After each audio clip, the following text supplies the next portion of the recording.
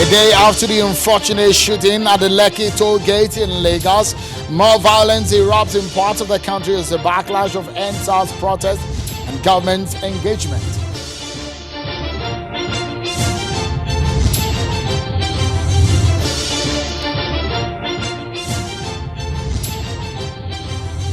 And former President Olusegun Obasanjo has asked President Buhari to act on the situation the country is facing before things get worse or too late.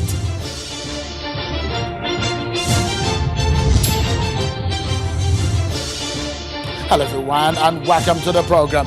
This is Politics Today live on Channels Television. I'm Sean Kimbaloye in Abuja, the nation's capital. What a day it has been. The nation woke up to the tales of death and sorrow, mourning for many and regrets for others over the unfortunate shootings at the Lekki toll gate in Lagos, Nigeria's commercial city. At least 26 people are said to have been injured from yesterday's incident at that point when soldiers shot at NSAS protesters in the Lekki area of Lagos State. The state governor, Mr. Babajide Sanwo-Olu, said that in a series of tweets, and when he visited the hospital, that there were a number of fatalities. It made the disclosure shortly after he visited the victims who sustained various degrees of gunshot wounds as a result of the action of the soldiers. Take a listen to him.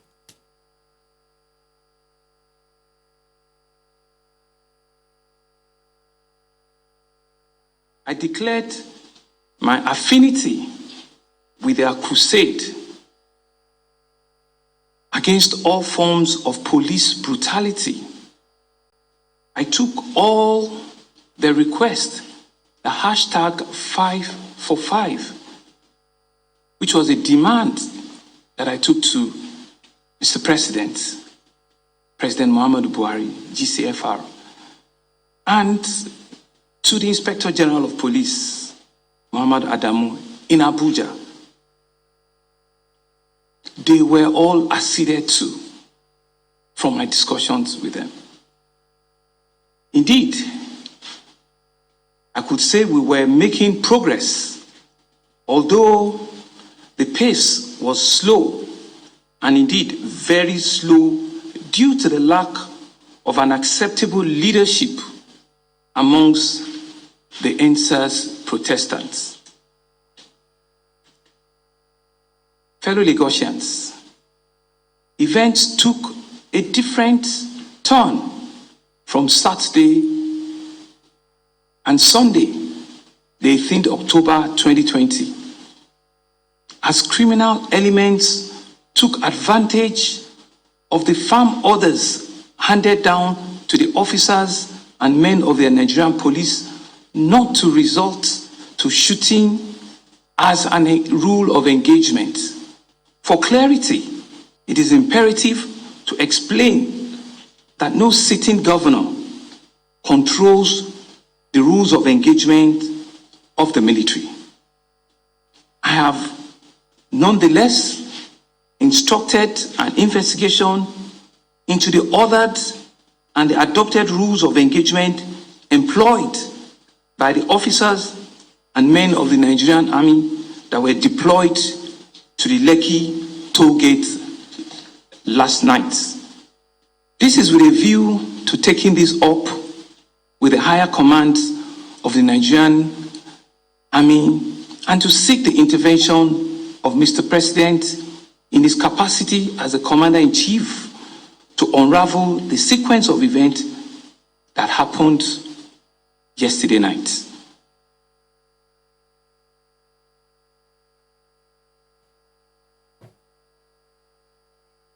Well, the Speaker of the House of Representatives, Biamila, who is from Lagos, in a statement today said, quote, "It's unavoidably and painful, clear that there were a number of casualties as a result of gunfire at the Lekki toll gate. He's asking everyone to remain calm in his home state and said too much blood has been spilled already and let there be no more."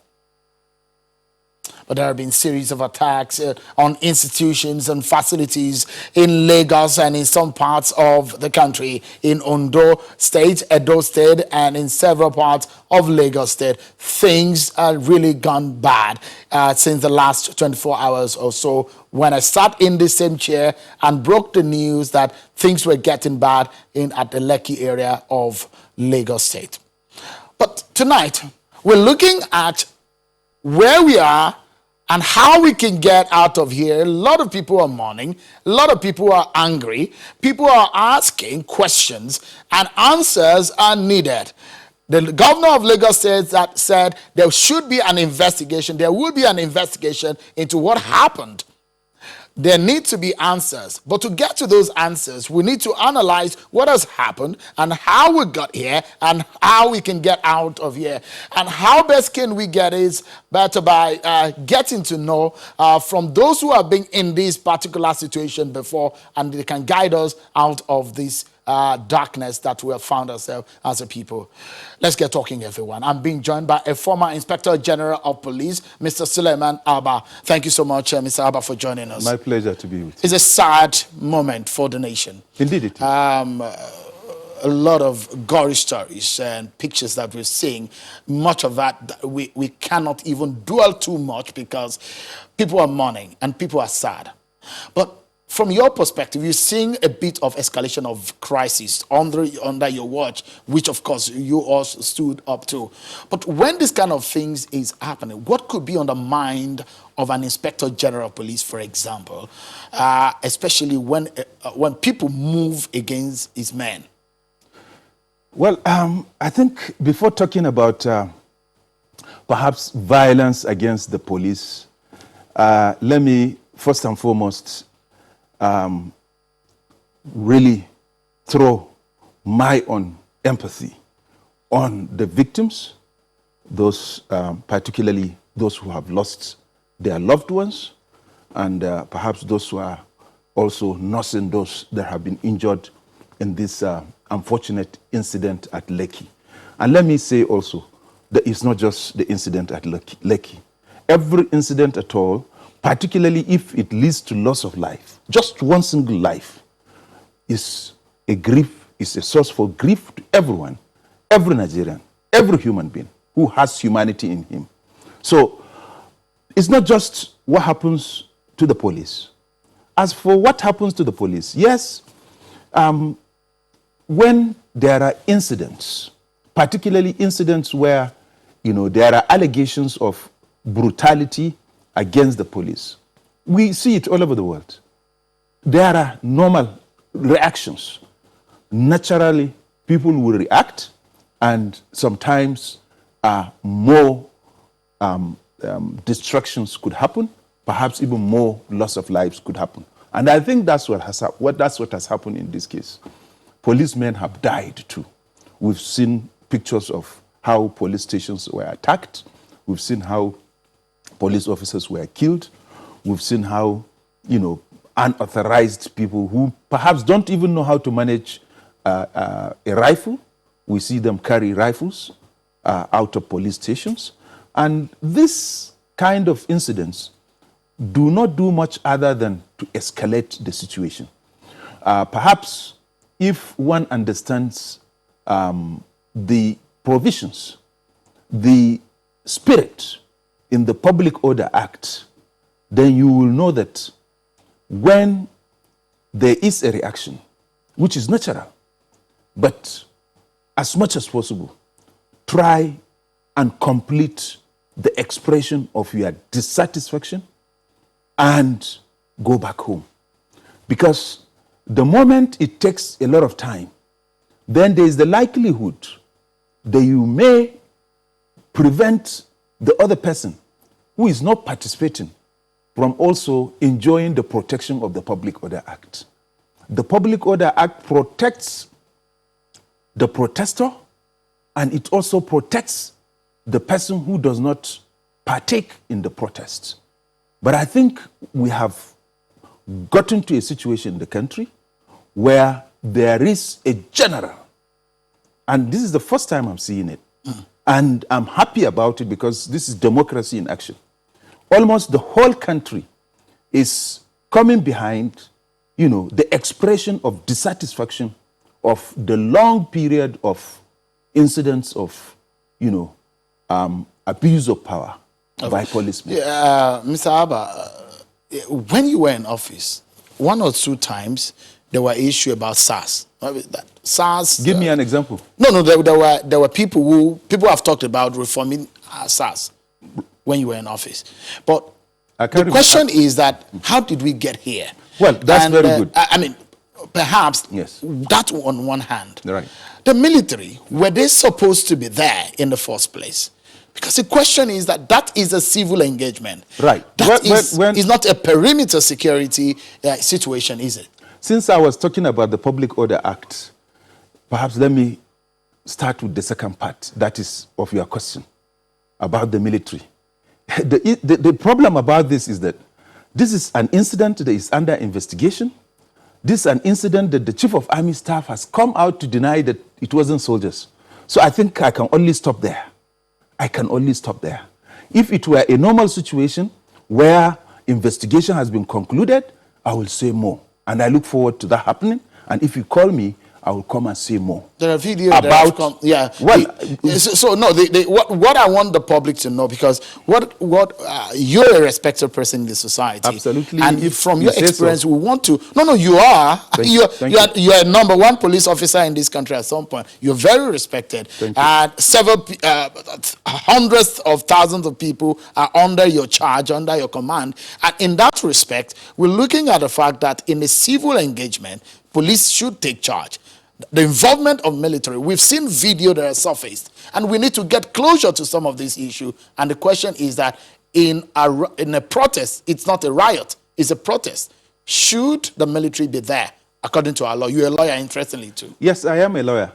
And that is why I can perhaps give little analysis about the Public Order Act, because it's a law in itself. Now, it is also true that the police is in charge of internal security. Internal security operations, yes, police is always there and is almost a daily thing for the police. But then there are also situations when the police will seek for, the power of the military to come in and assist. Now, in this case, we still don't know what happened. We still don't know what happened because the governor of the state, who ought to have been involved as well in the exercise of the Public Order Act, is saying that he's ordered for investigation. Similarly, the Chief of Army Staff, who on the other side could be legitimately be called in to assist, is also denying the fact that it was the military. So I think we really have to wait and see the outcome of the investigation. Right. IGB, but then the issue, it's a two-part question. Yes, just a moment, just a moment, sir. Okay. Because what we are concerned about is how our nation can get back on its feet. Right. We were brought to our knees. Right. In few hours, things degenerated. Right. How can we get peace back to our country? IGB, just give me 1 minute. Let me get to Bishop Matthew Kuka, who is Bishop of the Catholic Diocese of Sokoto. He joins us via Zoom. Bishop Matthew, thank you so much for joining us tonight. What a day it has been. A lot of Nigerians are talking about this. But from the National Peace Committee point of view, how do you assess the situation? Thank you very much, Sean, for having me.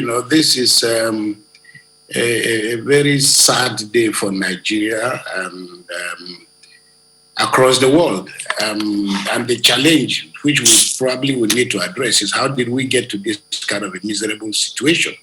Now, the National Peace Committee has intervened in the best way that we can, to issue a statement that calls for a pause, so that somehow we can get a handle on this whole thing.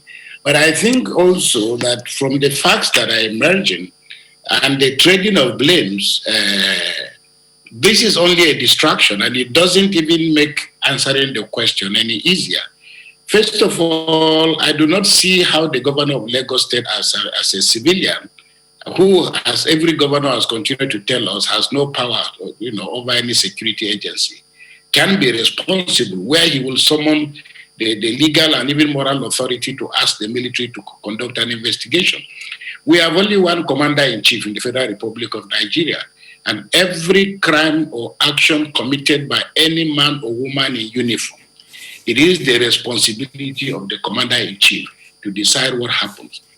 So I think going forward, it is clear to me every Nigerian should be pained, sad, and shamed that young people holding flags on their knees, singing a national anthem, can be shot and killed. Now, somebody gave the instruction. Somebody switched off the light. Somebody switched off the CCTV. These are not rocket science questions. So before we begin to move forward, I think that the president needs to act decisively within the next 24 hours. Not acceptable, and that people can be called upon to be accountable. For me, this is really the basic foundation for peace. And it's more or less one of the things that we're saying, at the Peace Committee. But the signal has to come from the president about where this country goes going forward. Bishop Kuka, if you look at what a former president, Olusegun Obasanjo, said, and he directed his statement to the president, Muhammadu Buhari, and let me read, the statement reads in part. He said, "It is clear that Mr. President and his lieutenants did not exhaust the opportunities for dialogue with the protesters before resorting to use of force. It is worse that there is denial of wrongdoing in spite of overwhelming visual evidence. Great harm has been done, but it can be stopped before it completely spirals out of control. The president must act now before it is too late. This time demands leadership and mature leadership at such." End of quote. Those are the words of former President Olusegun Obasanjo. Bishop Kuka, give us a sense of what this could mean. Acting now before it's too late. What can there be? What is there to do for the president in this kind of scenario? If you can give us a sense of it. The first thing, and let's place this conversation in context. It is the dilemma that our democracy finds itself in. And it's a democracy so-called. Today, the president of Nigeria is a retired military general. The National Security Advisor of Nigeria is a retired military general. The Minister of Defense in Nigeria is a retired military general. Now, the military mind does not respond to the basic reflexes that are important for democracy, i.e., listening, negotiating, having consensus. This is not the way the military minds work. And I've always said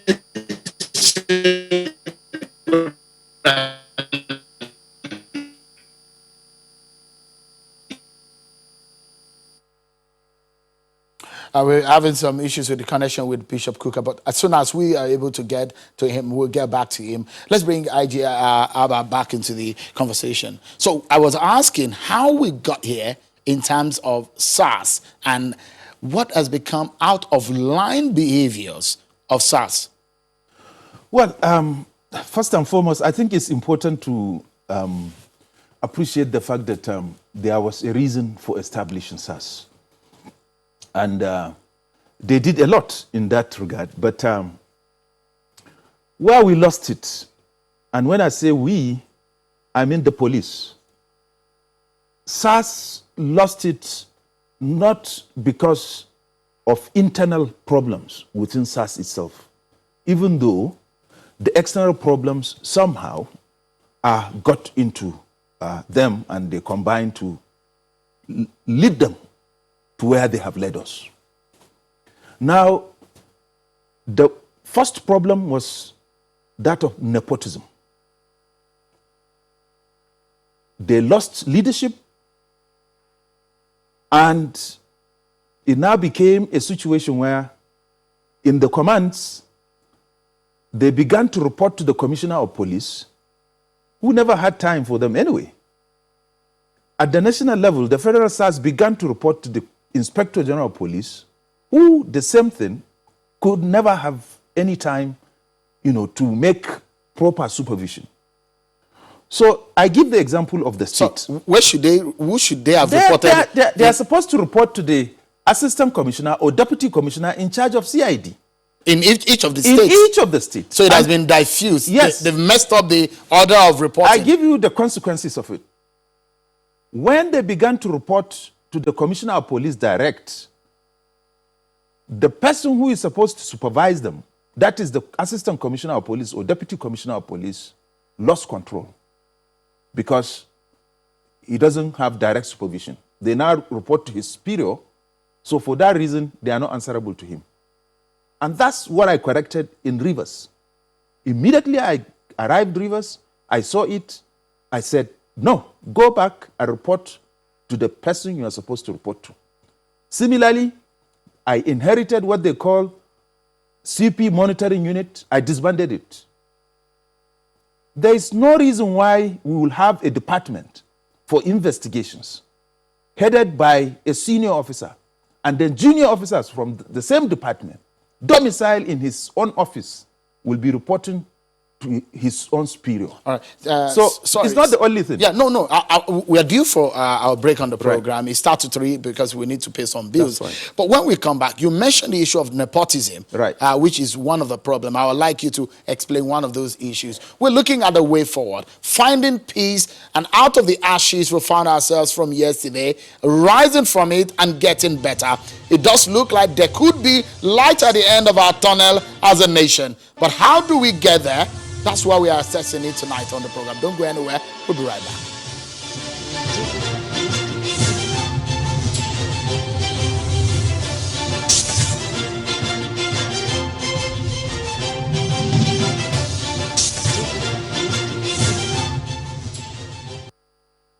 It's with a heavy heart and a deep sense of concern about the ongoing violence, chaos, and unrest in many parts of Nigeria that I make this appeal to the government and people of our dear country, Nigeria, to eschew violence and embrace peace and dialogue in finding solutions to the challenges we face as a country. I particularly appeal to President Muhammadu Buhari in his capacities as President of Nigeria, Commander-in-Chief of the Armed Forces, and as a parent of youth like the ones who have in the last week or so come out in peaceful protest against police brutality and for improvement in their lives and their living conditions, to restrain the military and other security agencies from using brute force as a way of ending the crisis. The shooting and murder of unarmed protesters, no matter the level of provocation, has never been effective in suppressing public anger and frustration. Instead, such actions only reinforce the anger and frustration of the populace and close the window of dialogue and peaceful resolution. It is clear that Mr. President and his lieutenants did not exhaust the opportunities for dialogue with the protesters before resorting to use of force. It is worse that there is denial of wrongdoing in spite of overwhelming visual evidence. Great harm has now been done, but it can be stopped before it completely spirals out of control. We are at a critical moment in this crisis, and Mr. President must act now before it is too late. This time demands leadership and mature leadership as such. Most of the demands of the protesting youth, which Governor Babajide Sanwo-Olu of Lagos State swiftly took to the president, are not unreasonable and can be met without anyone's political interest or ambition being threatened. It is imperative that leaders at all levels starting with Mr. President, must demonstrate meekness, humanity, humaneness, and sincerity.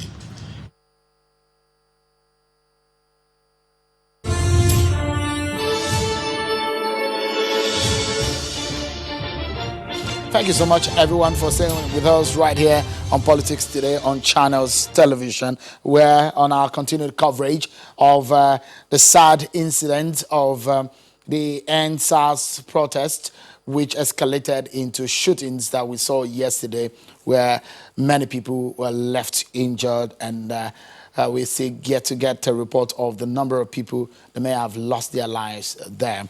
Our hearts goes out to the families and friends of those Nigerians. Well, let's get back to the conversation. We're getting an insight of what we should be doing as a people, as a nation. We are in one of a dark period of our history, but how do we quickly get back on our feet and fix some of the wrongdoings? Former Inspector General of Police Suleiman Abba has been giving us a sense of how we can handle some of these crises better. And the Bishop of the Catholic Church, Sokoto Diocese, Bishop Matthew Kuka, is also the convener of the National Peace Committee, has been talking to us. Before I come to you, Bishop, let me allow the former IG to talk about what he meant about the issue of nepotism, one of the issues raised as the problem of SARS. I'll give you a quick rundown.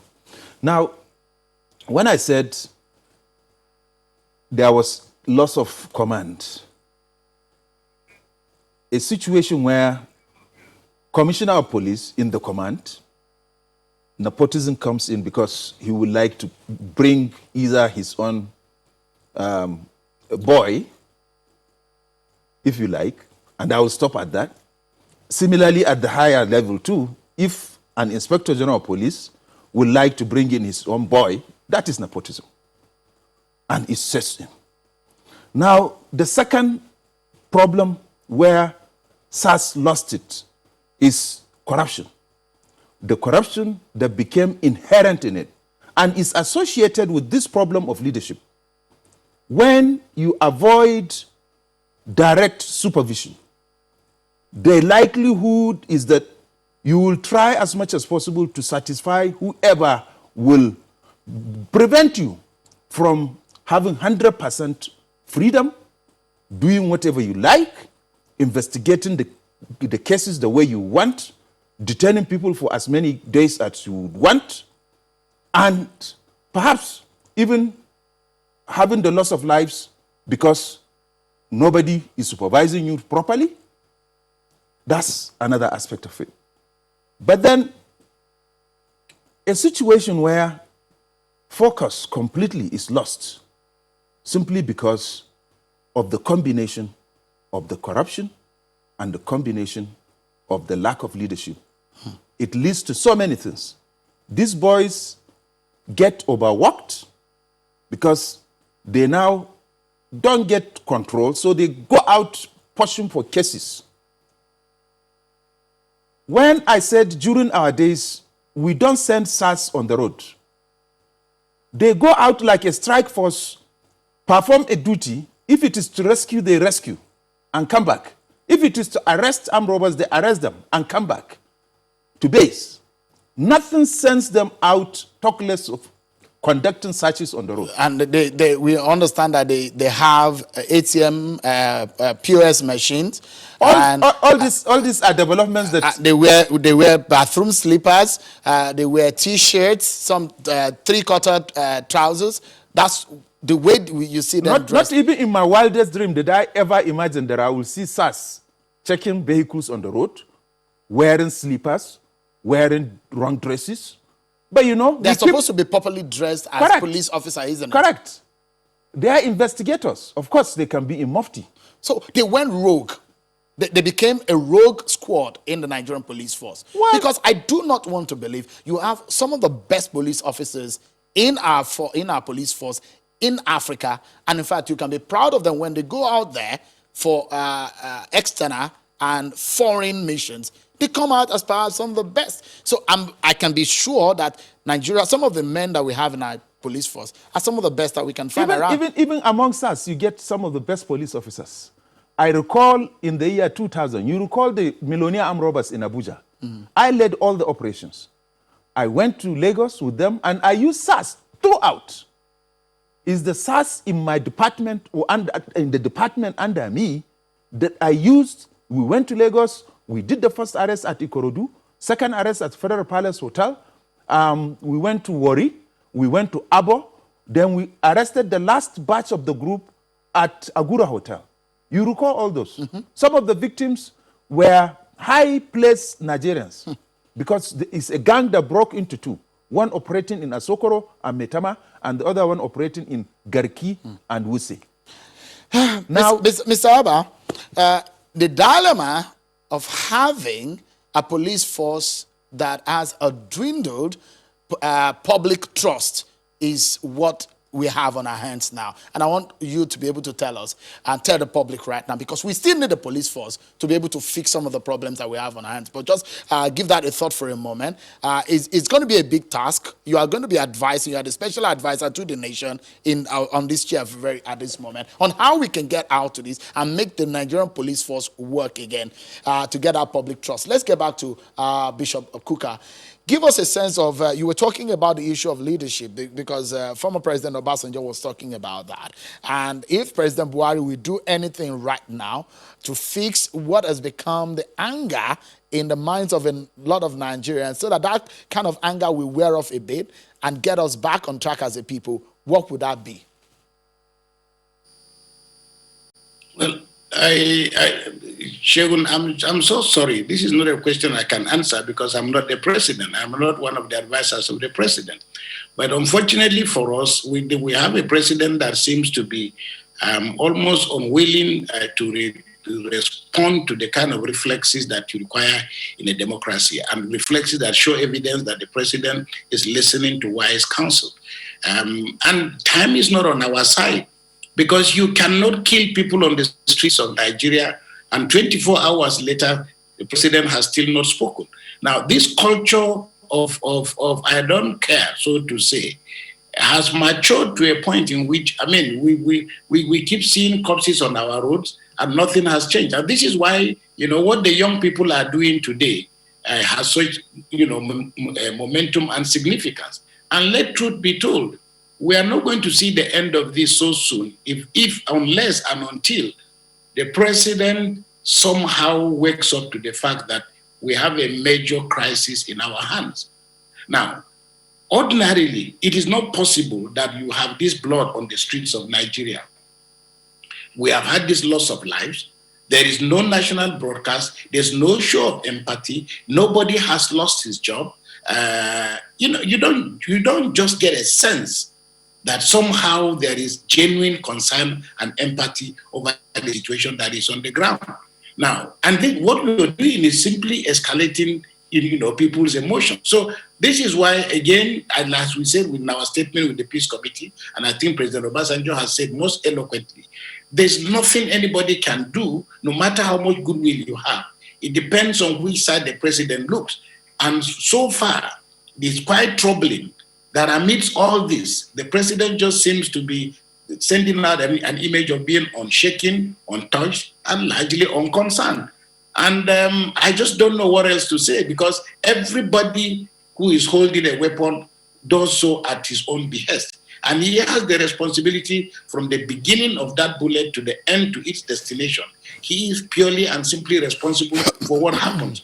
So the idea that up till today, like I said, there is no evidence that the president is calling anybody to book or to question. We're not even talking here about investigations. We're talking about clear and decisive actions that show that the president has a sense of moral revulsion about what has happened.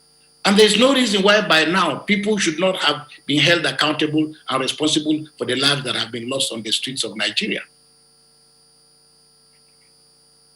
For a moment, when you say, for example, President Obasanjo said he needs to act now before it is too late.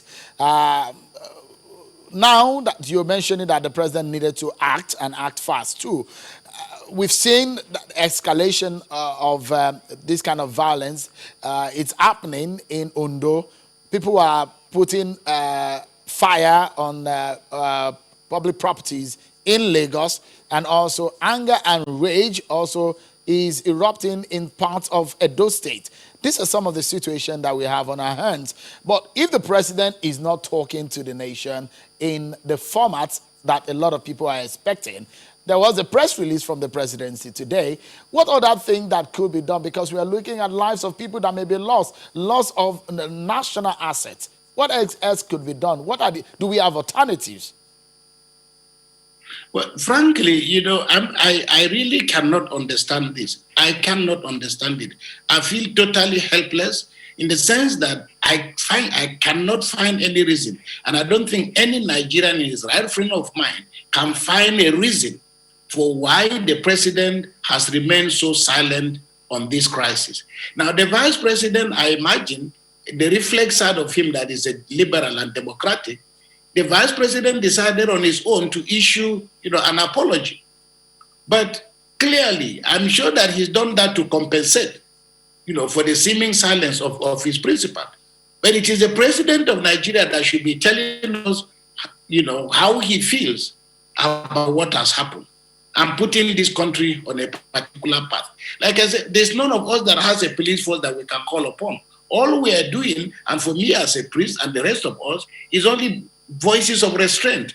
But the only way you can talk to these young people is if there is evidence that somebody is clearly listening to them. And like I said, none of these young people are doing things that they are happy with. No, everybody wants to be with their family by now.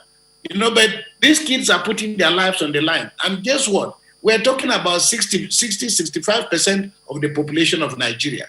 Now, unless and until there is a decisive move to begin to find a way out of this mess, the country can only slide and slide and slide, and we don't know where we might end. So, as I said, it is totally incomprehensible, that the president just doesn't seem to see a sense of urgency in the kind of situation that is engulfing the nation now. All right, Bishop, just for a moment before you go, is the situation that some people have been reading from a lot of people who are making suggestion that if it were the style of some other leaders, they might have gotten to that Lekki toll today to see what happened. We saw the president at the Federal Executive Council meeting. Some people are even suggesting that there shouldn't have been a Federal Executive Council meeting on a day as this when people lives are being involved in this kind of situation. A lot of people have suggested a lot of things on how the president should have acted. But in truth, Bishop, we need peace in this country, and lives are involved here. What would be your final word to give to the nation tonight as a word of succor, a word that people can take to bed and can make them a bit calmer, better than how they went to bed yesterday, and a lot of people said they couldn't sleep?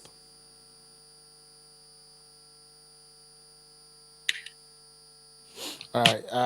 I see that we've lost that connection with Bishop Kuka there. All right, Bishop. I don't know if you heard those parts of what I said.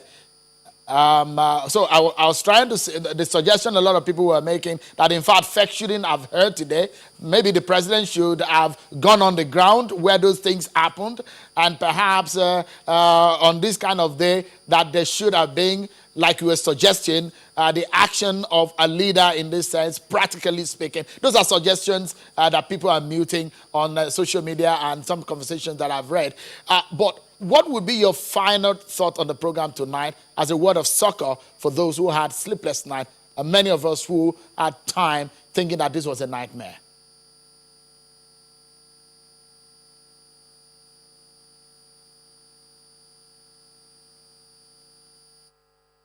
Again, I'll come back to the bishop much later. The advisor. Yes, let's come to our advisor for tonight. So the question is the public distrust on the police.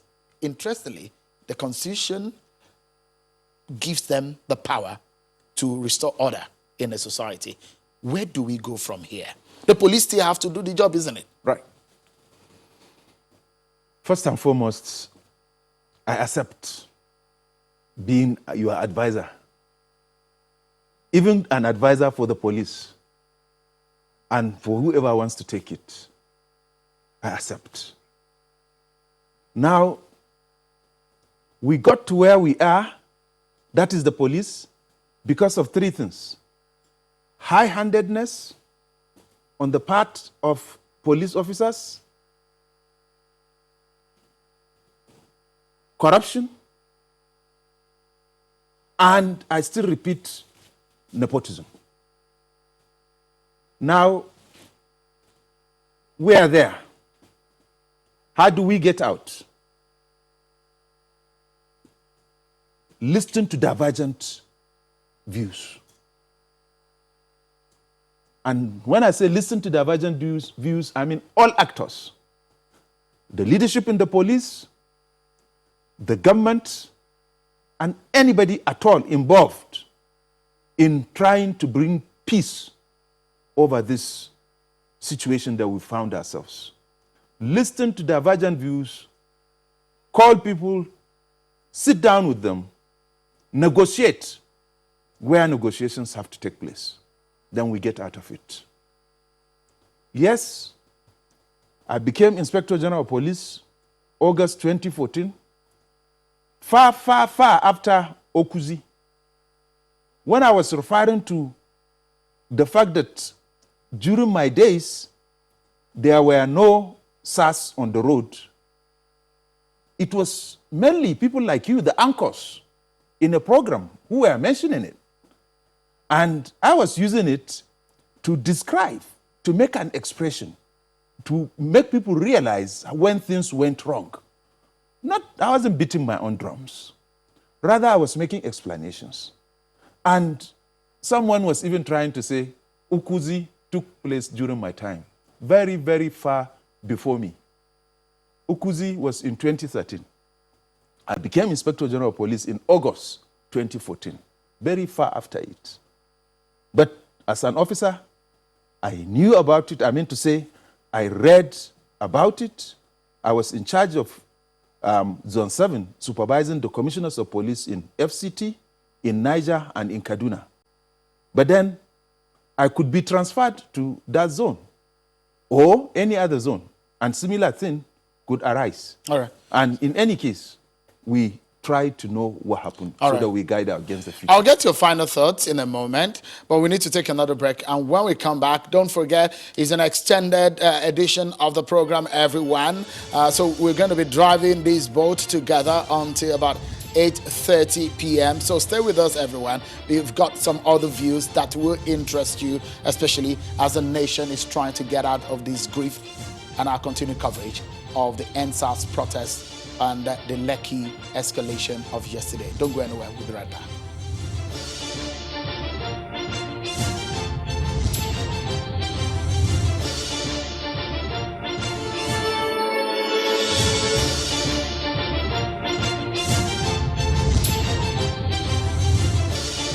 Thank you so much, everyone. We've got the benefit of the presence of the former Inspector General of Police, Suleiman Abba, and the Bishop of the Catholic Diocese of Sokoto, Bishop Matthew Kuka. We're going to come to him just in a moment. Let me get the final thoughts of the former IG.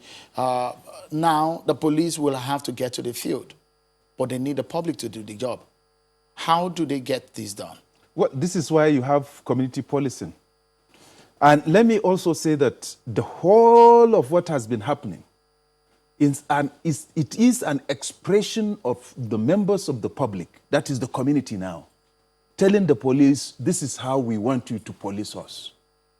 Now, where do we move? What do we do again? The public or the community have expressed how they want to be policed. Please give the police now the opportunity to implement the way you want to be policed. Similarly, there have been quite a number of important moves. The SWAT, the mandates in establishing the SWAT are that they are not going to strike when there's an incident, let's say a rescue operation, they will do the rescue or they will do the arrest of the armed robbers. This time around, they are not even going to investigate. They will hand over to the investigators and then remain on standby, waiting for the opportunity or the need for them to strike again. Just like I described, even before the scrapping of SARS, I said the SARS of Nigeria is or ought to be the SWAT in America. Similarly, the government is implementing reform. Let me say that I'm opportune and I appreciate it greatly that I'm leading the Board of Trustees of the Nigeria Police Trust Fund. The objectives of the trust fund are to train and retrain the police, buy modern equipment for the police, and implement any activity at all, such as the building or renovation of barracks, office buildings, hospitals, sports facilities, anything at all that will improve the welfare of the police. So that they won't be carrying rifles around the street. There's a lot of people who have not been to Nigeria. When they get to Nigeria and they see police officers carrying rifles, they get stunned. Yeah. Because in other climes, you don't get to see people carrying. It looks like a war zone. There are parts of rivers that you dare not go without carrying any arm.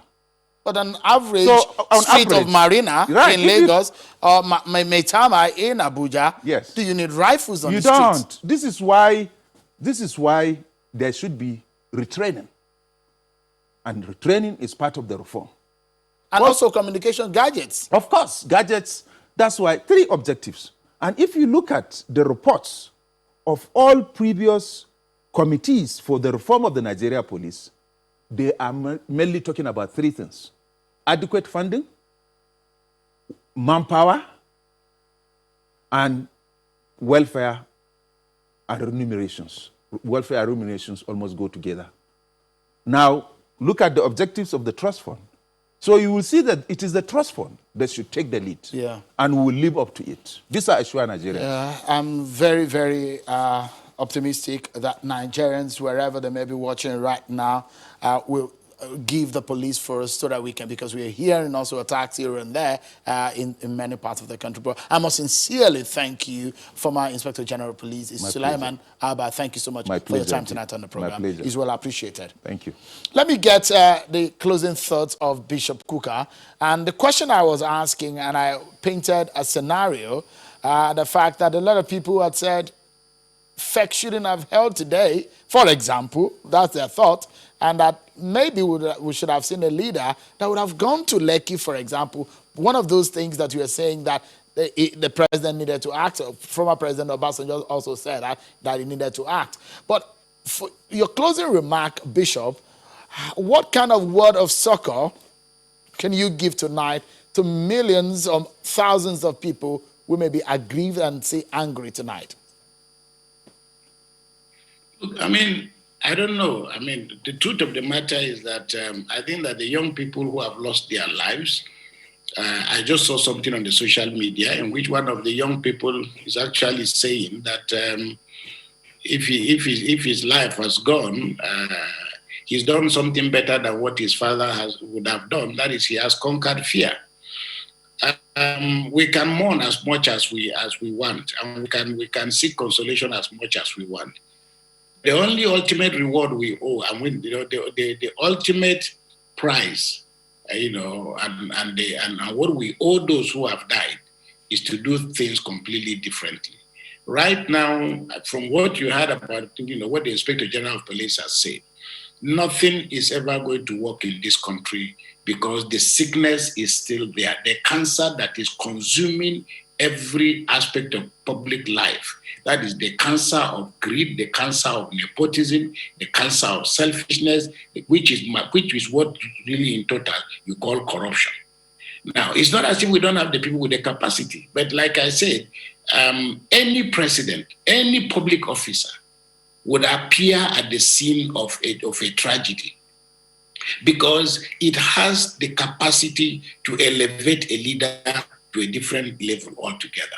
This is what 9/11 did to the presidency of President George Bush.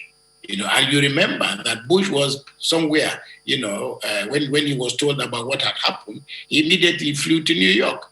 Now, the idea that we have, and I really don't want to continue to go on and on about the president, but really I have seen, I mean, it is just impossible to convey to anybody, whether it is the parents, because elsewhere, presidents will be looking for the telephone numbers of the parents of these children and consoling with them and consoling them.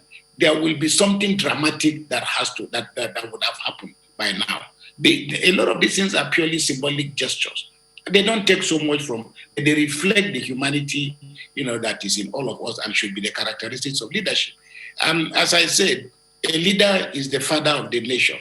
And where he goes is where the nation goes. Where he doesn't go, if he remains static, the nation remains in jeopardy. So there's nothing you can mobilize all the moral voices in this world.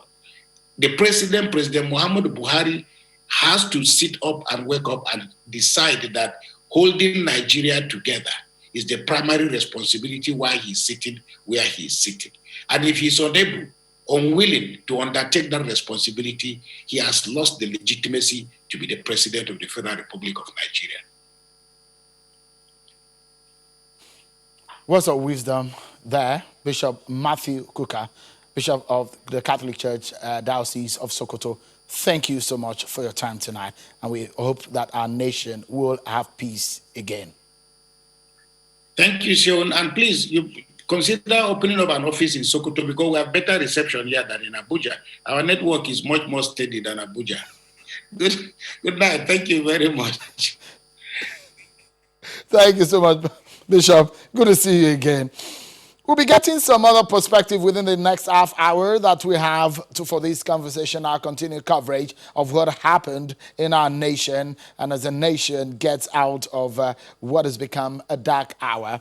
I'm being joined now by Mr. Kabiru Adamu. He's a security consultant, has some experience in issues of crisis management and issues of security in the country. Thank you so much, Mr. Adamu, for coming tonight. Did you see this coming? Because a lot of people have said, when we saw the days before yesterday that things started happening, people were also saying that they're raising fears. But did you see that what happened yesterday happening? Did you see it coming? In a way, yes.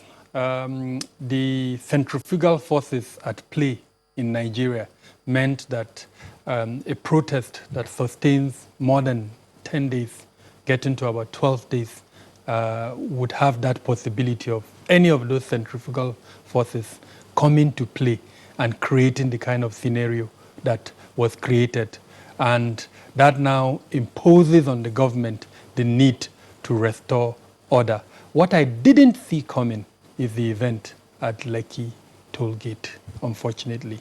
When the military steps to the scene, do you expect anything less? Well, I expected enforcement, but I did not expect shooting with live bullets. But that's their trained, their rules of engagement is to bring down. Gunning down innocent citizens, should they have been at that scene in any case? That's a big question. Well, it is at discretion of the commander-in-chief to deploy any security agency. The question of shoot is actually at his discretion. I'm saying this as someone who understands the Constitution. He has the discretion. Now, should he have deployed them, knowing that these are unarmed youths? I guess that's the question that the guest before me answered.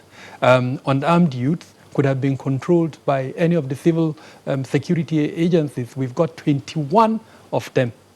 And from your experience, because there's one aspect of the issue of the military being involved that I would like you to lay to rest, what I want you to also educate our viewers, for those people who do not know, aside live ammunitions, what do you, statutorily, what is the standard practice in calming nerves at such riots or protests of a civil environment?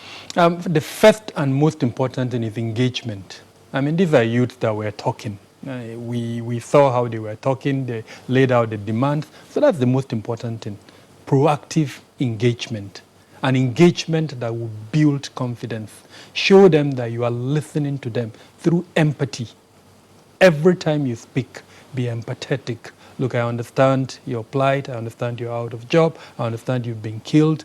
Go out there, meet the parents of those ones that have died. Show empathy. And if you can compensate them, do that. Once you do that, then you're building confidence. But I'm even saying, because we'll get to that point, in this conversation I'm trying to build the analysis of how we got to where we are right now.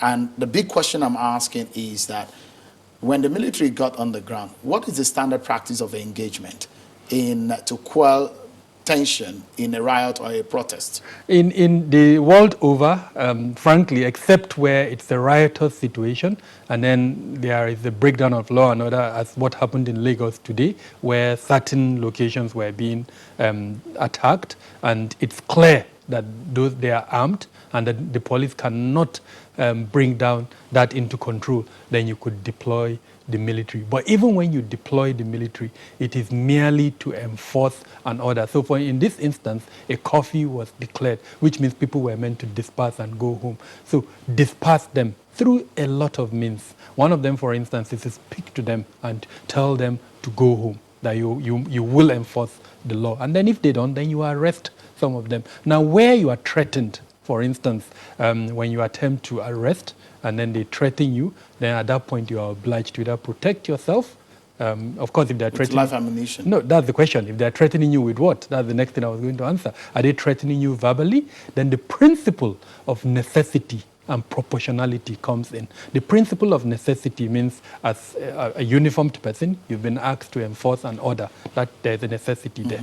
And then, of course, you are being threatened. There's a necessity to protect yourself, or in some instances, protect a law-abiding citizen, or protect your colleague that is also in the line of fire. Now, the next point is the principle of proportionality. Now, where you have to use that weapon or arm, to what extent do you use the weapon? Do you fire live rounds? I mean, there are so many questions. So the question where I was getting to is that I expect less from a military man who gets on the scene in a civil engagement.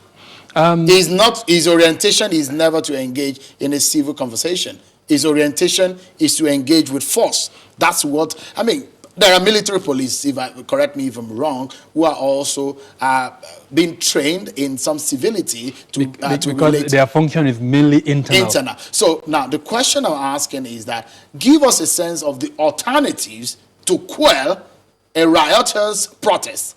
In that case of the Lekki, I'm not aware that he got riotous. Now, Sheun, the challenge is the military was deployed. The military, if you're asking me to give options, the military doesn't have options. The police has options. As an example, water cannons, tear gas, tasers, if they are available. Yeah. Then the simplest one, which world over is being deployed, are barricades.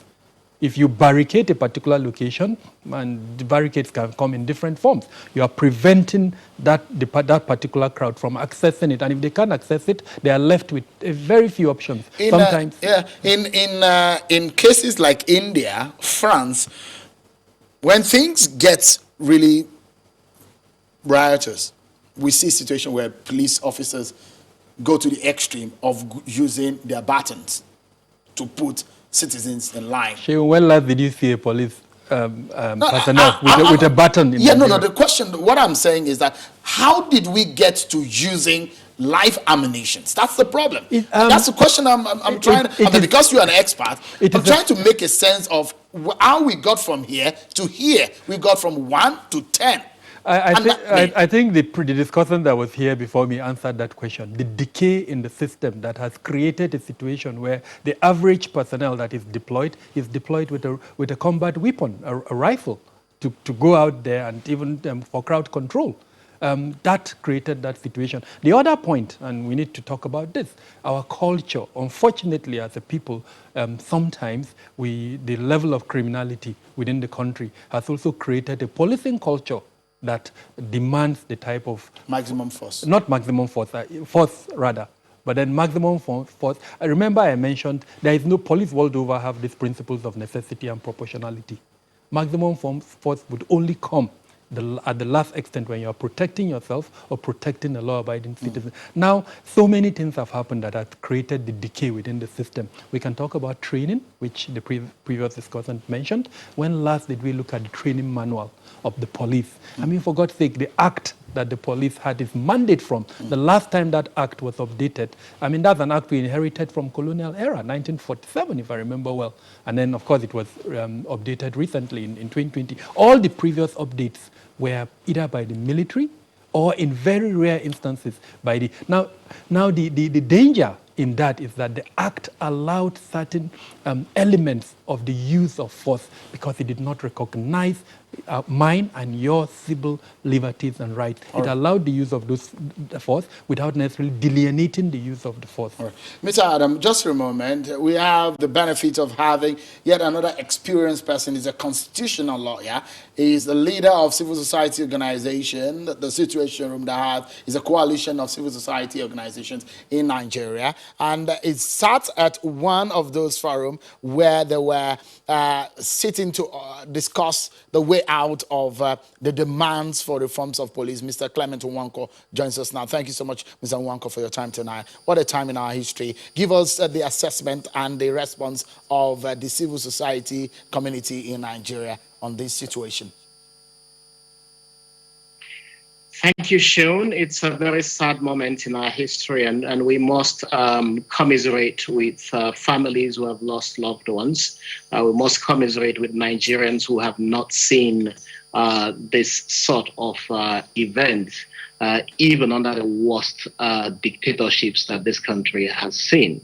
It's very sad across the world because Nigerians are calling back into our country, shamefaced about the embarrassment that these incident has cost them in the countries where they are. And for us in Nigeria here, it's a rude shock, a rude awakening to the fact that our democracy is severely threatened. I think listening and watching the videos, listening to people who were at the scene of what is a very despicable act, it is really sad to see what has happened as part of the crisis of Nigeria. The Civil Society Situation Room has issued statements. Lots of Nigerians have spoken up. Former President Olusegun Obasanjo did issue a statement today. I was listening earlier in your program to Bishop Matthew Kuka, and really across the world, presidential candidate Joe Biden has spoken. The UK government, through its foreign secretary, has issued a statement. Nigerians have spoken. Nobody has seen this sort of bizarre brutality in a democracy. And for us in this country, it is exceedingly very, very sad. Let's take a breather. And when we come back, we talk more on where do we go from here and the implications of what has happened and the lessons. Don't go anywhere. We'll be right back.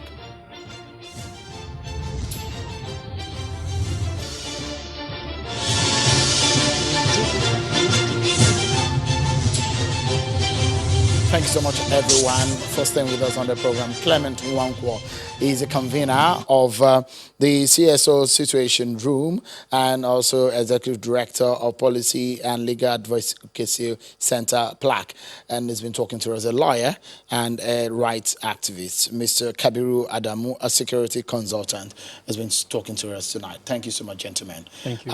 Let me get back to you, Mr. Nwanko. For what we've seen, you were at the table where the negotiations were being made over how the reforms will happen. And are you satisfied? Because the federal government has said there are moves in taking up the 5 for 5 demands of the NSAS protesters. Are you satisfied?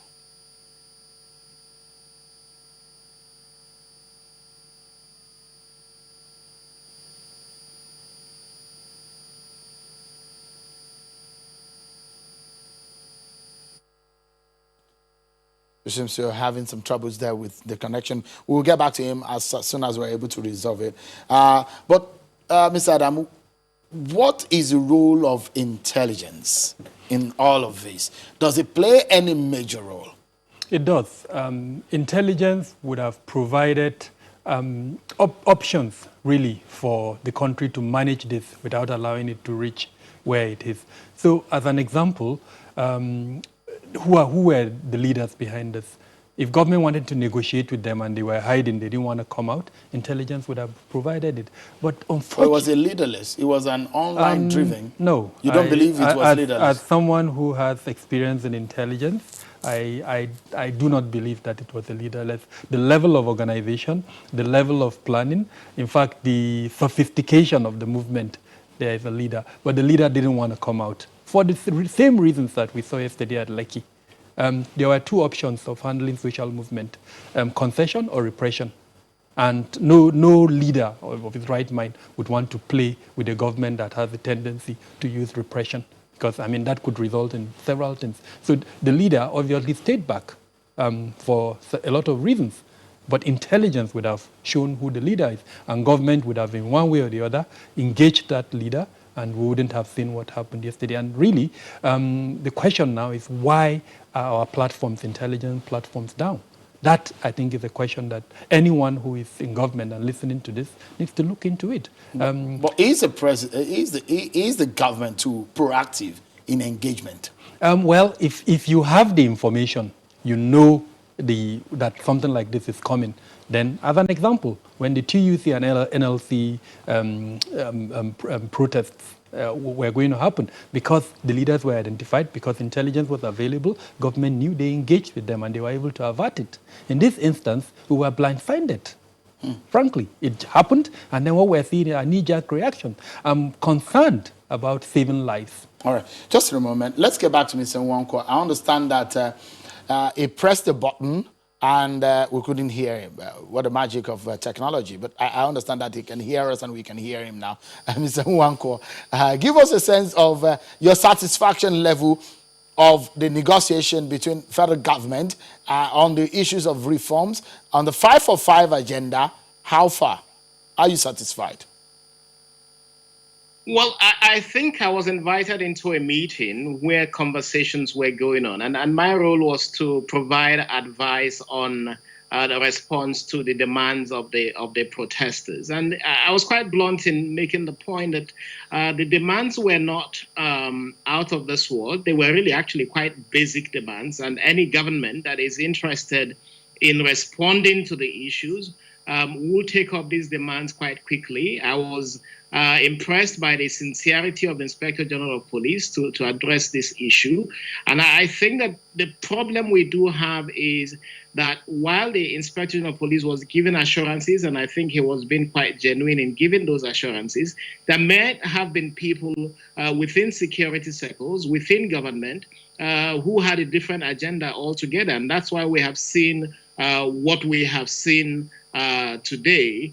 I think that the protesters were also very concerned that they needed to see not just the words of the Inspector General of Police, not just the words of this committee that met, but really assurances and concrete actions. And as these youths and protesters, NSAS protesters, were trying to absorb the outcome of that meeting, there was an announcement, of course, of the dissolution of SARS and the immediate reconstitution of what was called SWAT. So for a lot of people, it seemed quite sudden, and there was no assurance to protesters that SWAT was not just going to be a change of name, but something much more far-reaching. And I think that that's where the trust issue came up. And then, of course, as the demonstrations or protests were going on, we began to see that these protesters, peaceful protesters, young people protesting peacefully, were now being attacked by what appeared to be thugs hired to infiltrate them and give impression of disorganization amongst them and violence amongst them as an excuse to attack them. And we did see, of course, that excuse resulted in young people being deliberately attacked. I think it was disingenuous for anyone seeing the situation in the country to be announcing a military operation that was codenamed Operation Crocodile Smile when young people were protesting. Anyone who was concerned about avoiding violence would have suspended this so-called operation. But clearly, as they say, if the witch cries in the night and the child dies in the morning, you can easily trace what the cause is. And so you did see that young people gathered in Lekki, and the Lekki spot is one of the most peaceful protest spots that this has been going on. And then suddenly you find that the Lagos State governor announced, and I don't think that this may again have been coincidental, but a curfew was announced.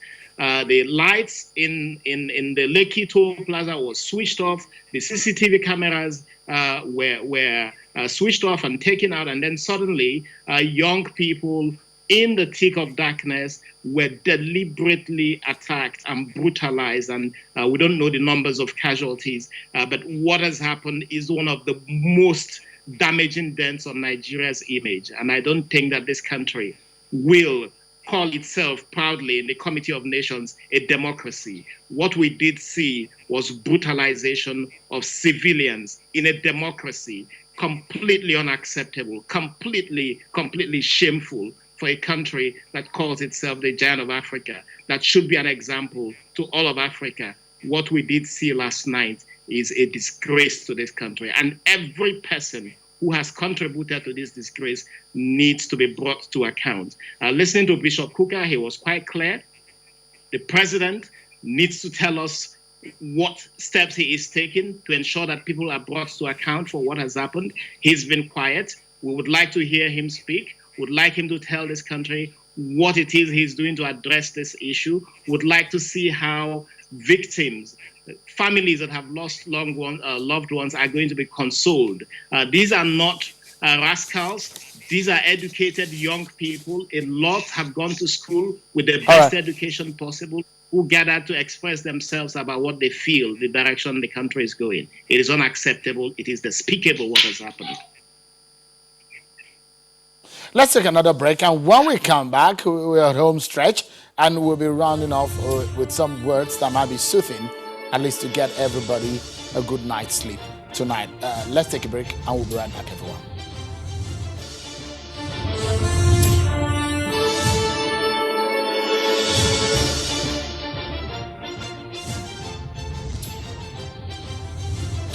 Thank you so much, everyone. Let's get the concluding thoughts of my guest tonight, Mr. Kabir Adam. Let me come to you. So, in this sense now, where do we go from here, and how do we get out of what has become a major disaster on our hands? Well, we've got an immediate issue, which is the issue of Lekki. First and foremost, an inquiry. Just like the governor of Lagos mentioned, he's set up his own inquiry. But at the federal level, there need to be an inquiry. What happened?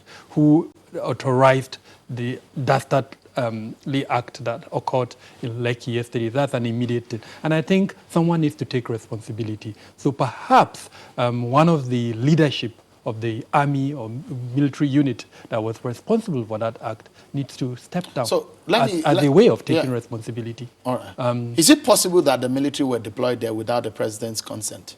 In the Nigerian context, yes and no.